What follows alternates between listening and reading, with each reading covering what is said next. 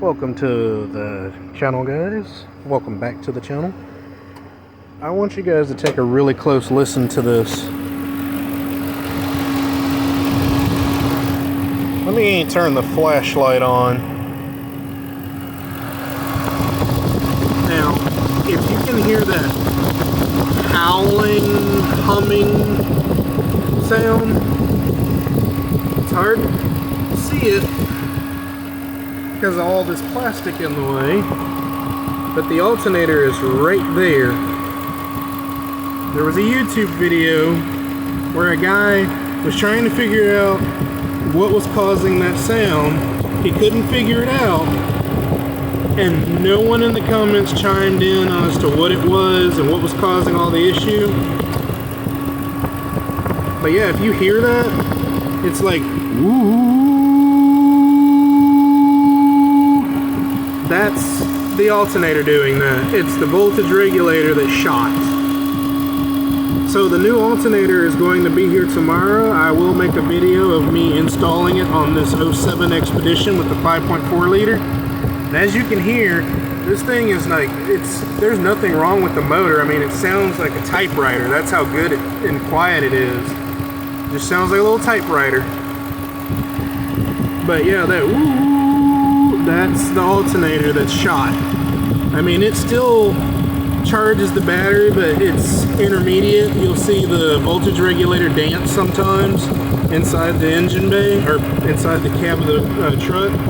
But yeah, that's what it is. So what I'm gonna do is I'm just gonna blend this video and the video I make tomorrow of me changing out that alternator, and you'll see that that sound is gone. But that's what it is. There's a bunch of videos on YouTube of people trying to figure out what this exact sound is, but no one has pinpointed it. You take this plastic off right here, and you've got all of this plastic here. But if you look right down in there, there's the alternator. That's what's making all that racket.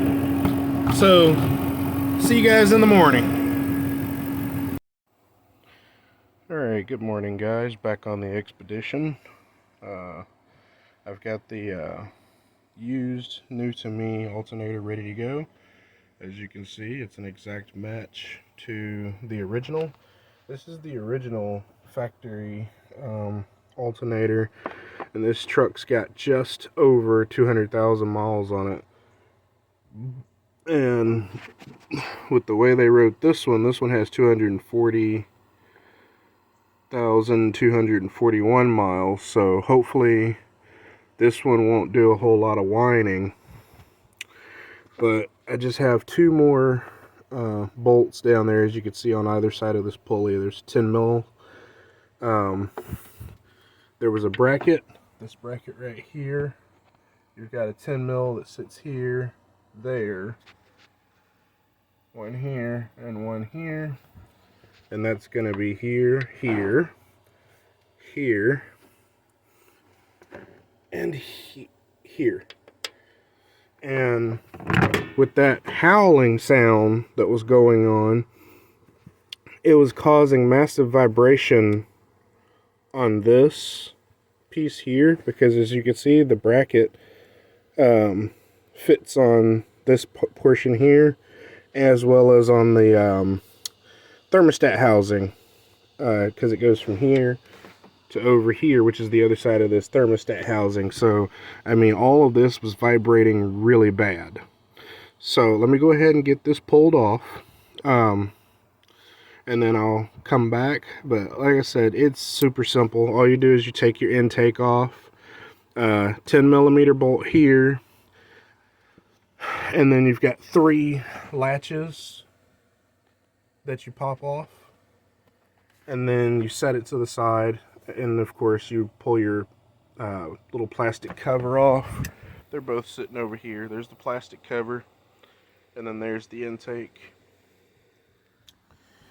But then you get you a 1/2-inch breaker bar to take the serpentine belt off, drop it down out of the way, and then you'll have a 10mm here that puts this portion on right here,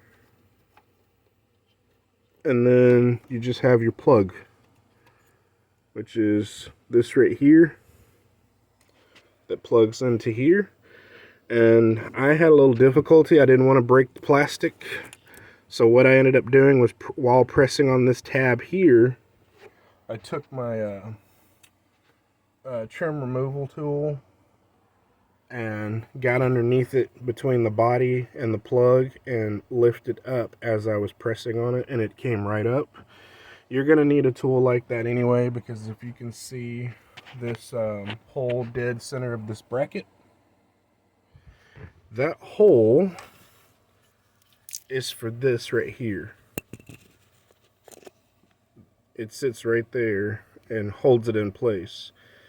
So you're going to need like a trim removal tool or something of that nature to get that out of there without breaking it. But yeah, like I said, let me go ahead and get these two out, and I will bring you back as I'm setting this one, the new one, well, new to me, in place. Alright guys, so this is my first time doing a alternator like this style, where it's the molding or the part that holds the screw in. Sorry, I'm just waking up, so I mean I literally just woke up, saw the alternator was here, came out here and made the video. I was that excited, but I am not firing on all cylinders yet. But anyway, yeah, like I said, I'm not used to working on an alternator. The 150, it's almost similar in design, but these parts down here are enclosed. They're not open.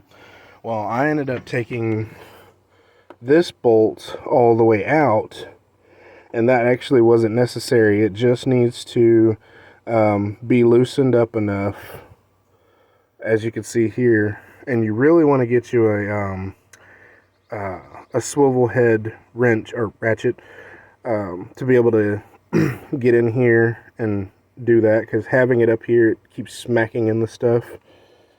As you, well, no. But yeah, the angled portion, being able to do it like that, it just works wonders. But that's just me.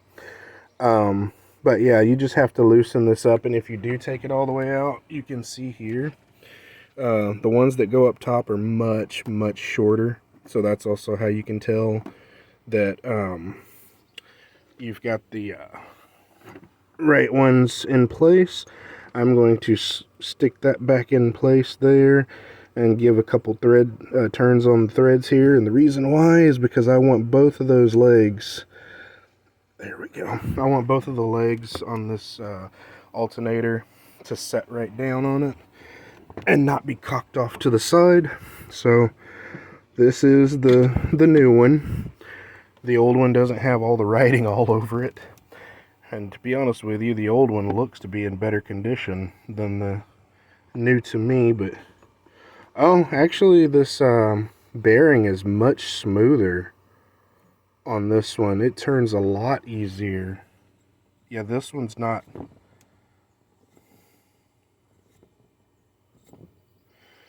I mean, I know it doesn't look like I'm doing it on camera, but I'm spinning the heck out of this thing, and it's actually taking some force. And as you can see, it stops almost immediately. Almost. Not immediately, but almost immediately, whereas this one, yeah, that bearing is in really good condition. So, voltage regulator was on its way out, as well as the inner workings of this thing. So let me go ahead and get this bolted back up, plastics and everything put back on, fire it up, and let's see if we can hear that howling sound, because I have a good feeling about this one. So stay tuned, I'll be right back. Alright guys, so before I go ahead and finish putting everything back together, all I have left is the intake and the plastic cover. That's literally all I have to do, and then put the negative battery cable back on. By the way, I mean, I've been working on cars for 30 years. At the end of this year, let's see, December 10th is my birthday. So yeah, come December 10th, I will officially been working on gas burners for 30 years. So it's at your own discretion. I've made the mistake of not pulling, you know, the negative battery cable, or at least one of the battery cables off when working on something. I know these newer vehicles, you really don't want to chance that. You know, something like that 02 350 or that 02 150 over there, you can get away with things like that every now and then, but these newer vehicles, you touch the wrong thing at the wrong time, all it takes is one simple small arc and you can brick your vehicle. So that's why it's important to remember to pull your battery cable off when you're going to work on something electrical. And this is always hot. This right here, this is always hot. So if you were to take this off and just accidentally touch just the body of this alternator, especially while it's still connected to the engine, you will ground it, and you can brick this engine doing that. But anyway, what I wanted to show you guys was this bracket that goes on here, because, you know, I know some people, you know, I've been there myself. You know, I'll watch a person's YouTube video and they'll be like, you know, everything's back together, and they'll be like, well, wait a minute, how did you put that back on? You know, that one specific thing, it's always that one small detail that someone usually leaves out. So I wanted to point this out, that the small gap here goes on the passenger side. So you're going to be on the passenger side, which is where your battery is. Whereas the large gap that accommodates the width of the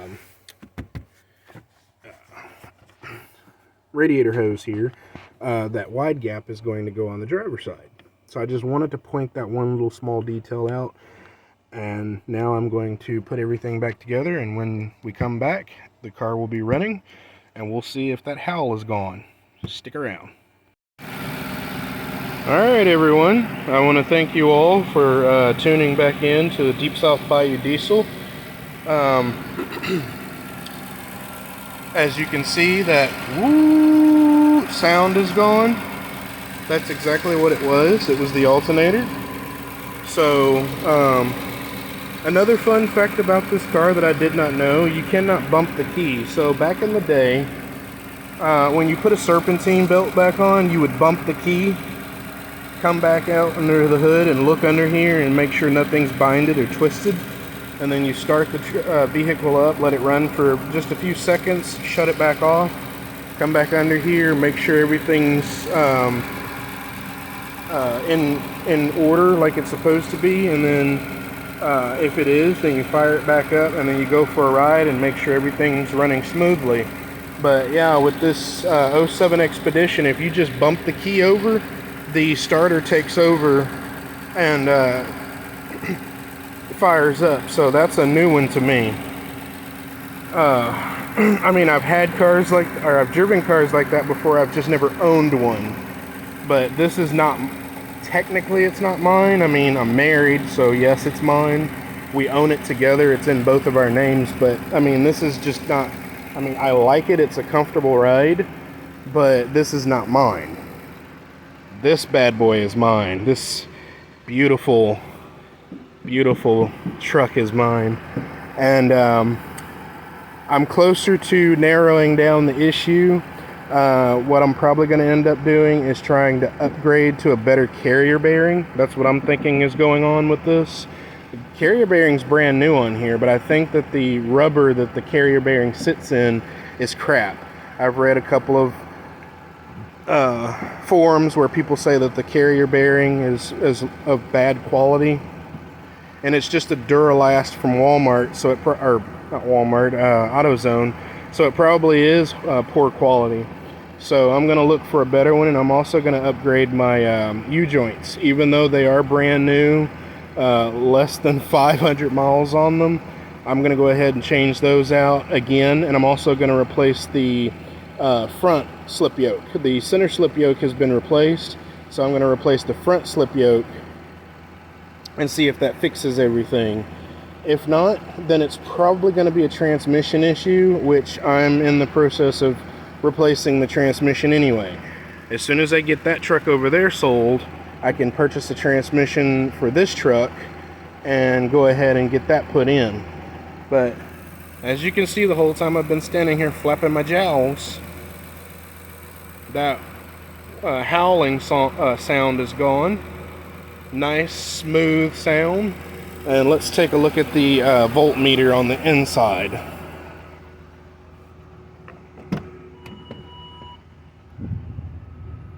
Let's turn this. There we go. Yep, voltmeter is reading normal. And yes, I know one of the TPMS sensors needs to be replaced. But yeah, everything's good to go. Thanks for watching, guys. Later, Gators.